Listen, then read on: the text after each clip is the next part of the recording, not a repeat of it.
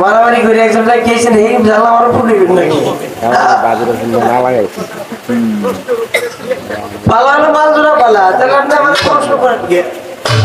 এই প্রশ্নটা আগে আনার করলো বুঝে না মাল জোড়া পালা ও আলাপ সালাপ পালা হ্যাঁ বাসর করে স্বামী স্ত্রী দুজনে কি আলাপ দিয়ে শুরু করবো খালি স্ত্রী খালি স্বামী কয় আপনি কোন নাকি আপনি কোন আপনি কোন খালি বারবার কয় জামাইটা একবার জনমের একটা দেখেছে তোমার বাবাই কি বিয়ে করছে কথা দেখছো আমি এলাম করতাম ওইটা আলাপ সালাপ করলাম আপনি আলাপ সালাপ করতে যে প্রথমে যদি প্রশ্ন মতো গান দিয়ে আলাপ সালাপ করে তাহলে দায়িত্ব বাকি আছে সবই মালজোড়া গান এক এক দেশের এক একটা ভাব হয়তোবা আমাদের বৃহত্তর ফরিদপুর অঞ্চলে এই মালজোড়া গানটা হয় যে প্রথম স্টেজ করবে প্রথমে একটি গুরু পাঠের গান রাখতে হবে ভজন যাকে বলা হয় সাধকের গান একটা সাধকের গান গুরু পাঠে রাইখে সর্বশেষ যাওয়ার সময় তিনি আরেকটা গান করবেন শিশু আবারও তিনি পরবর্তী শীত করবে সেও আবার তদরূপী পুনরায় পূর্বের নেয় তিনিও একটা গুরু পাঠে গান রাখবেন শেষে একটি শিশু পাঠে গান রাখবে একই স্তরে উপরে না যাইতে পারলে ওই সম পরিমাণ স্তরে গান করতে হবে আমি গুরু আমি আবার শিষ্য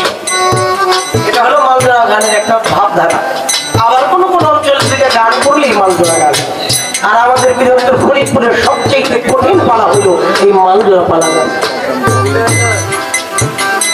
হয়তো বা আমি একেবারেই নগণ্য ছোট মানুষ এখনো ভাবটা বুঝে উঠতে পারি নাই আমার এক ধরে এসে বলতেছে অনেকে তো চলে যেতেছেন বললাম কি করতে যাদের কাজ আছে তারা তো চলে যাবে তবে প্রেম ভাব আশার সাথে সাথে অনেক কিছু আশা করতে পারি না একটু সময় দিতে তো হবে দুটি গান করছেন একটি পয়েন্ট আমার কাছে রাখছেন পয়েন্টটি হলো চরণ 5 প্রকার এত চরণ তার দরকার নাই হ্যাঁ যুগল চরণ অভয় চরণ শীতল চরণ এত চরণ লাগবে না শুধু দরকার কোন চরণ সাধিলে গুরুর সান্নিধ্যে যাওয়া যাবে কোন চরণ ভজিলে একজন ভক্তের মতো ভক্ত হওয়া যাবে সেই চরণটা কোনটা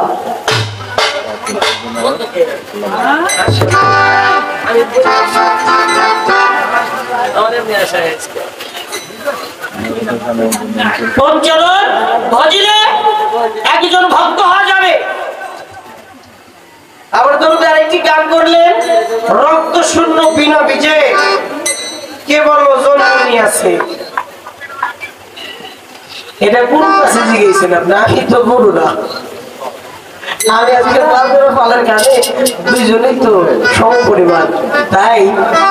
যতটুকু আপনার গান থেকে দরকার সেগুলো আশা করার চেষ্টা করবো তার আগে আপনি আমার এই গানটি আগে শুনেন দেখি সাধক গানটাতে কি বলছে